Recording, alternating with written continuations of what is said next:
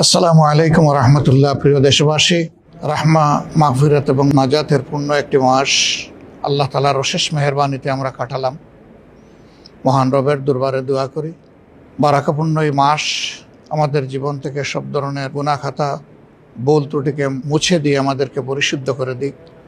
মহান মাবুদের নৈকট্য হাসিলের জন্য এই মাস হোক আমাদের উসিলা, এবং আল্লাহ রাব্বুল আলামিন সর্বোচ্চ বিনিময় হিসাবে জাহান্নামের আগুন থেকে আমাদেরকে বাঁচার পথ এ মাসের উসিলায় তৈরি করে দিন, এবং জান্নাতের জন্য আল্লাহ তাআলা আমাদেরকে কবুল করুন।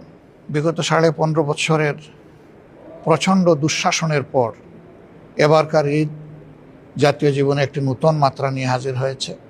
এর মধ্যে অনেক মা তার সন্তানকে হারিয়েছেন, অনেক বোন তার স্বামী হারিয়েছেন, অনেক সন্তান তার পিতা হারিয়েছে, অনেক ভাই বোন তাদের ভাইকে হারিয়েছে, অনেক বোন তাদের ভাইকে হারিয়েছে, আবার অনেক ভাই তাদের বোনকে, মাকে হারিয়েছে।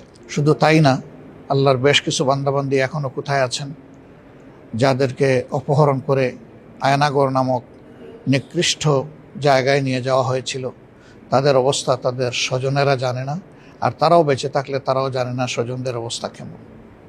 মহান রবের দরবারে দোয়া করি জুলুমের শিকার হয়ে দুনিয়া থেকে যারা বিদায় নিয়েছেন, আল্লাহ তাদের সকলকে শহীদ হিসাবে কবুল করুন। একই সাথে দোয়া করি যারা আহত এবং পঙ্গু হয়েছেন, আল্লাহ রাব্বুল আলামিন তাদের সকলকে সুস্থতার পূর্ণ নিয়ামত এনায়েত করুন।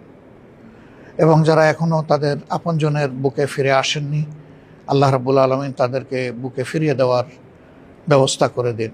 অতীব দুঃখের সাথে বলতে হয়, আজ যখন আমরা ঈদ উদযাপন করতে যাচ্ছি, তখন স্বৈরাচারের জুলুমের প্রতীক জনাব এটিএম আজহারুল ইসলাম, বাংলাদেশ জামাত ইসলামীর কেন্দ্রীয় নেতা, তিনি এখনও কারাগারেই বন্দি জীবনযাপন করছেন।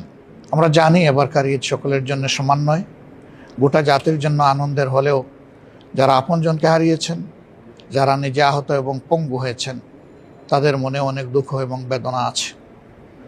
এই জাতির প্রত্যাশা চিরতরে এই ধরনের জুলুমবাজ এবং জুলুমবাজের অবসান হোক, যাতে ফ্যাসিজম বা দুঃশাসন আবার জাতীয় জীবনে ফিরে না আসে। এবারকার ঈদে জনগণের সেটাই আল্লাহ তাআলার কাছে কামনা হোক এবং প্রত্যাশা হোক। আমরা প্রিয়